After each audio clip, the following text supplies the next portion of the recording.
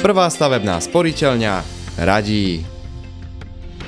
Stavebné sporenie je teraz ešte lacnejšie. Čo to znamená? Koľko zaplatím za uzatvorenie zmluvy? Znamená to, že klient v prvej stavebnej sporiteľni aktuálne zaplatí 20 eur poplatok za uzatvorenie zmluvy. Máme teraz aktuálne nový systém zhodnocovania finančných prostriedkov. V každom prípade, pokiaľ klient potrebuje operatívne vymeniť napríklad kuchynskú linku, potrebuje riešiť rekonštrukciu kompletnú alebo napríklad kúpiť nové bezpečnostné dvere, stavebné sporenie ako produkt je teraz veľmi zaujímavé na zhodnotenie finančných prostriedkov. A čo sa týka poplatkovej politiky, v porovnaní s krátkou minulosťou, klient teraz zaplatí len spomínaných 20 eur namiesto pôvodných 0,9% z cieľovej sumy. Klient tak môže rádovo ušetriť na poplatkoch desiatky, dokonca stovky eur.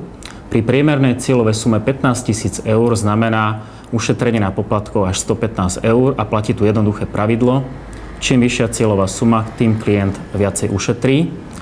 Na záver by som chcel podotknúť, že všetky benefity ohľadne garantovaných úrokových sadzieb počas fázy sporenia, pripísanej štátnej prémie, garantovanej úrokovej sadzby počas stavebného úveru máme zachované a znížili sme len spomínané poplatky. Prvá stavebná sporiteľňa radí. Kedy môžem peniaze zo svojho účtu stavebného sporenia vybrať? V prvej stavebnej sporiteľni je táto možnosť kedykoľvek, ale rozlišujeme 3 také základné časové pásma. Pokiaľ potrebujete vaše finančné prostriedky vybrať aj s úrokmi za vklady do 2 rokov, stráca klient nárok na štátnu prémiu. Po 2 rokoch sú tieto prostriedky účelovo viazané. To znamená v prípade spomínanej rekonštrukcie alebo všetkých účelov spojených s bývaním, ak klient si vyberie svoje finančné prostriedky, bude mať k nim pripísanú aj štátnu prémiu, len musia byť účelovo zdokladované.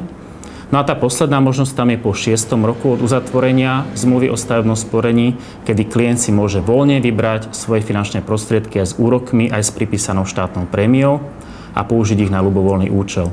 Tu by som chcel podotknúť, že klient aj v tejto fáze môže ďalej pokračovať v stavebnom sporení a využívať všetky benefity.